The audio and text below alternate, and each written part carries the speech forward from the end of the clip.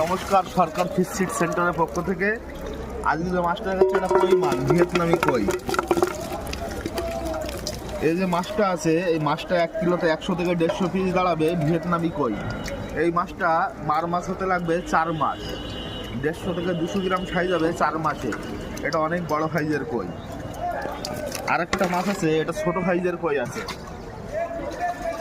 এটা আছে 1 কিলোতে 500 থেকে 550 পিস দাঁড়াবে ভিয়েতনামি কই। এই মাছটা মার মাছ হতে টাইম লাগবে 6 মাস। মাছের সাইজের ওপরেই টাইম লাগে, বড় মাছ টাইম কম লাগে, ছোট মাছে একটু টাইম বেশি লাগে।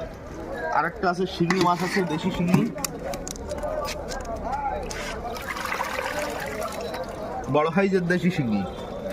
1 কিলোতে 300 থেকে 350 পিস দাঁড়াবে। এখন কই, শিঙি, মাগুর সব রকম মাছই মার্কেটে পাওয়া যাচ্ছে। সব রকমই মাছ এখন অ্যাভেলেবেল হয়ে গেছে। যে কোনো মাছ প্রয়োজন মার্কেটে আসলেই পেয়ে যাবেন।